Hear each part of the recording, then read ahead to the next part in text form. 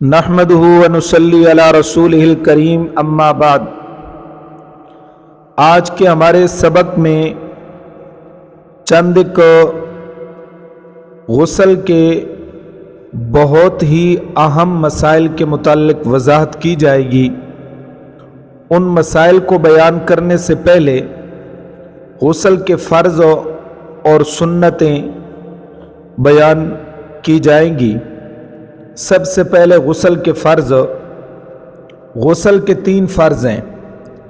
Number 1 کلی کرنا، number 2 ناک میں پانی ڈالنا، نمبر 3 تمام بدن پر پانی بہانا۔ اور غسل کی سنتیں: نمبر 1 غسل کی نیت کرنا، نمبر 2 دونوں ہاتھ گھٹوں تک دھونا، نمبر 3 استنجا کرنا اور بدن پر جس جگہ نجاست لگی ہو اسے پاک کرنا، نمبر 4 وضو کرنا، نمبر 5 تمام بدن پر 3 بار پانی بہانا۔ کلی اس طرح کرے کہ سارے منہ میں پانی پہنچ جائے۔ غرغرہ کرنا بھی وضو اور غسل میں سنت ہے، مگر روزے کی حالت میں غرغرہ نہ کرے۔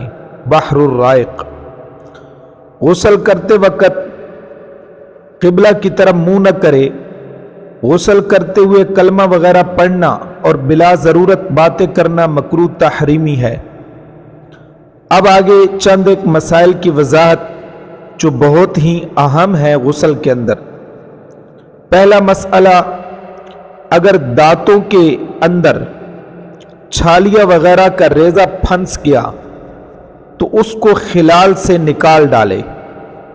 اگر اس کی وجہ سے دانتوں کے اندر بیچ میں پانی نہ پہنچے گا تو غسل نہیں ہوگا۔ نمبر 2 لگوائے ہوئے دانت جبکہ ان کے نکالنے میں تکلیف اور نقصان نہ ہو، مثلا خون کا جاری ہونا وغیرہ، تو غسل میں ان دانتوں کو نکال دینا چاہیے، ورنہ غسل نہیں ہوتا۔ مسئلہ نمبر 3 کان اور ناک میں بھی خیال کر کے پانی پہنچانا چاہیے۔ پانی نہ پہنچے گا تو غسل نہ ہوگا۔ اور کان میں عطر وغیرہ کا پھایا ہو تو وضو و غسل کے وقت نکال دینا چاہیے۔ در مختار۔ مسئلہ نمبر 4 کان میں چید ہو تو اس میں بوقت غسل پانی کی دھار ڈال لینا اور اہتمام سے پانی پہنچا دینا چاہیے۔ در مختار۔ اور عورت نتھ اور بالیوں اور انگوٹھیوں اور چھلوں کو خوب ہلا لے کہ پانی سوراخوں میں پہنچ جائے۔ اور اگر بالیاں نہ پہنے ہوئے ہو عورت تب بھی سوراخوں میں پانی ڈالے۔ ایسا نہ ہو کہ پانی نہ پہنچے اور غسل پھر صحیح نہ ہو۔ البتہ انگوٹھی چھلے ڈھیلے ہوں کہ بغیر ہلائے بھی پانی پہنچ جائے تو ہلانا واجب نہیں، لیکن پھر بھی ہلا لینا مستحب ہے۔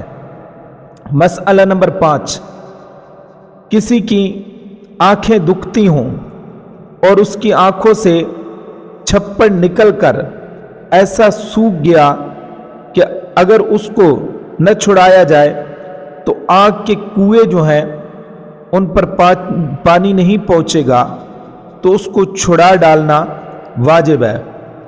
بغیر اس کے چھڑائے نہ وضو درست ہے اور نہ غسل۔ مسئلہ نمبر 6 اگر بالوں میں یا ہاتھ پیروں پر تیل لگا ہوا ہے کہ بدن پر پانی اچھی طرح نہیں ٹھہرتا بلکہ پڑتے ہی ڈھلک جاتا ہے تو اس کا کچھ حرج نہیں۔ جب سارے بدن پر اور سارے سر پر پانی بہا لیا تو غسل ہو گیا۔ شرع وقایہ۔ مسئلہ نمبر 7 اگر غسل کے فرض ادا ہو جانے کے بعد پیشاب کا قطرہ آ گیا تو غسل کو لوٹانے کی ضرورت نہیں، صرف وضو کر لینا نماز وغیرہ کے لیے کافی ہے۔ آگے مسئلہ کہ جس غسل میں وضو نہ کیا گیا ہو، جو غسل کے اندر سنت ہے، وضو کرنا سنت ہے غسل میں، لیکن اس غسل کے اندر اس نے وضو نہیں کیا تو اس سے نماز اور تلاوت وغیرہ سب درست ہے۔ اگر غسل کرنے کے بعد کوئی جگہ خشک نظر آئے تو صرف اس جگہ کو دھو لے، یا کلی کرنا بھول گیا تھا تو اب کلی کر لے، دوبارہ غسل کرنے کی ضرورت نہیں۔ آگے مسئلہ، عورت کے سر کے بال گندھے ہوئے نہ ہوں تو سب بال بھگونا اور ساری جڑوں میں پانی پہنچانا فرض ہے۔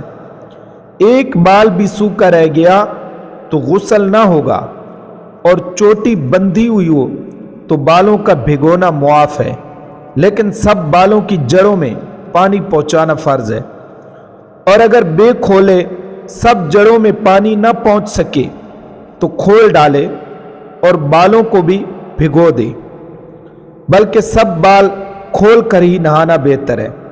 آگے مسئلہ ہے کہ اگر بیماری کی وجہ سے سر پر پانی ڈالنا نقصان کرے تو سر چھوڑ کر سارے بدن کو دھو لے، غسل درست ہو جائے گا، لیکن جب صحت ہو جائے تو اب سر دھو ڈالے، پھر سے نہانے کی ضرورت نہیں ہے۔ در مختار۔